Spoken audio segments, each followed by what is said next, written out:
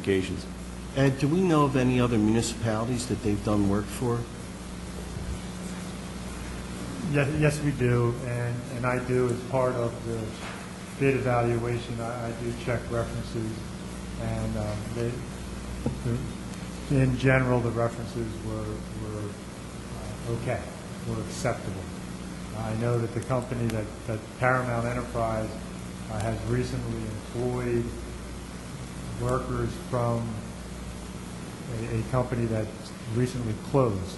Haskell was the name of the site company that closed, and those foremen I have experience working with and have had a very good experience working with. So that kind of pushed Paramount up a few notches in my evaluation, because I know that foreman and I know some of those workers, and I've been on projects very recently that they've constructed. So from the evaluation of whether this company can construct this street, the evaluation of previous references, and based on my own experience, I believe they can. I think what is being raised as concerns are more character issues. So I think from constructability, they can construct, they can complete this job. It's the character issues that I think are being raised tonight. My question is, aside from all the other problems that they had, was the wage problems. Where in the scheme of things of importance, aside from the work ability, do the wages have to be considered? I'm glad you asked that, because that's the interesting, to me, that's one of the interesting part about this evaluation. The contractor, and any contractor, has to pay prevailing wage rates. And they have to provide to the city and to my office a certified payroll demonstrating that they are complying with those rates. We don't pay, the city and the finance department will not even accept an invoice without verification that certified payrolls are paid, are provided. So that process is already in place. The agency at the state that monitors that's the Department of Labor and Compliance and Workforce Compliance. They're also involved in maintaining the state's debarred list. So the agency that fined or revoked or debarred Paramount Enterprises based on the wage compliance problems is also the agency that now have removed them from the list and put them back in the field for doing this work. And do we know if they were repeated offenses or just a one-time thing? I don't know. I mean, that would be important to know. We can give 2 weeks. Tim a couple of weeks to try and sort this out. Sure. I mean, I can sort it out, but they're going to have to submit certified payroll anyway. So, that is going to be a requirement of the contract. Mayor, I have a question. The question is, and I think, Mayor, you hit the nail on the head, are these people of such character that they can't pave the road? That's what we need to find out. I mean, is that Tony, the you had a ultimate question? criteria? Yeah, I actually have two questions. One is for Mr. DiClemente. Is that correct? Are you involved with a firm that was a bidder on this project? Say that again? Are you involved with a firm that was a bidder on this project? No. Okay, you're just here advising council of some character Yes. flaws with this particular company. Yes. My next question is to City Solicitor Tim McGuire. Tim, in the event that we did our due diligence and were of the opinion after hearing testimony, if we decided to go that route, and we decided not to go with the lowest responsible bidder, would we have to rebid it, or would it go to the next responsible goes to the bidder? next So one. That's my question. But we could be Because held obviously we- liable if we don't award it to him and he's found to be a responsible bidder. One of two things will happen. That they will go away, which is doubtful, or they'll sue you. Right. Say you're wrong. Which is more likely. And Right. be in litigation. He has all his insurances, he has all his bonding, everything that was in the Said all bid package, all the yeah. paperwork. He had all the required paperwork at the bid submission.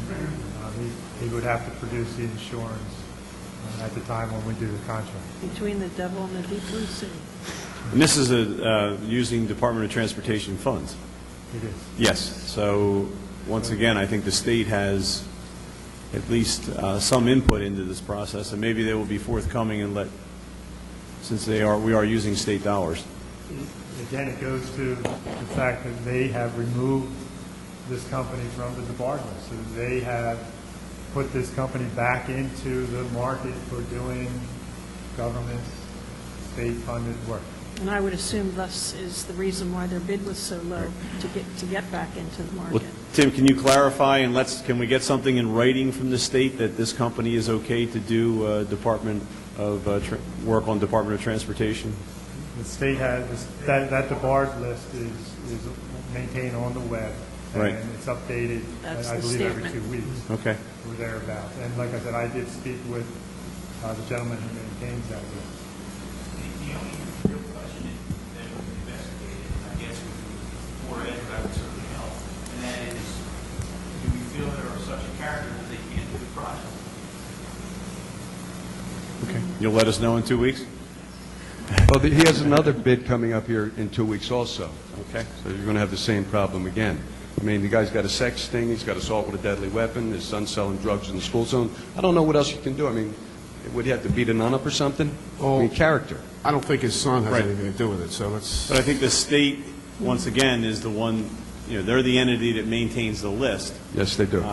This is one of those areas where we have to be very careful because we don't want to expose the city to undue liability. No, I do this all the time, Mr. Mayor, and it doesn't take nearly this much information to have a person rejected from a bid. I've been doing this for 11 years.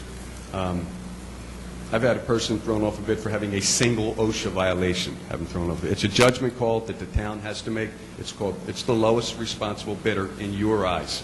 Now, if you're telling me that this sex offender, drug dealer, assault with a deadly weapon, non-compliance on prevailing wage. Mr. McGuire's right. You do have to submit a certified payroll. I could go out in my truck right now and get you 300 cases where they know the number to write on a certified payroll, but that's not the number on the paychecks that the guys get. Because I go talk to them at their houses, and they show me, $22 an hour, and here it says $49.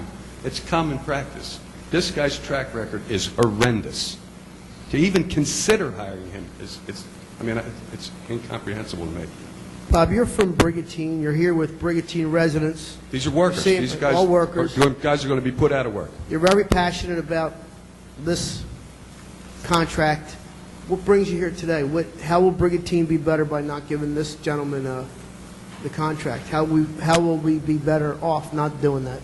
Yeah, exactly how you'll be better off has more to do with the second contract. The second contract involves a company called L. Fariazzi. Okay, he does a lot of work in Brigantine. He's done work for Brigantine. But I actually worked for the company at one time. Just got a big contract in AC, too. I'm Right, sorry, got a just big- 1 second, Bob. Yeah. In this particular bid, the second bidder is Johnson Barron. Right.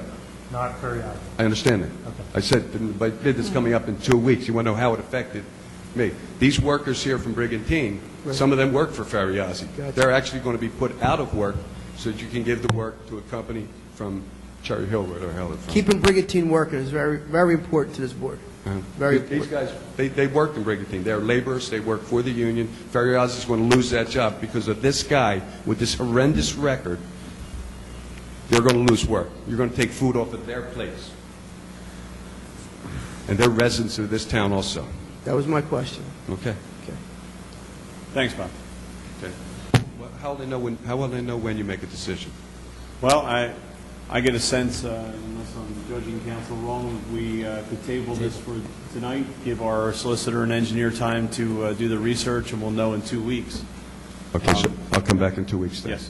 Okay, thank you. And Bob, I can give you a call as things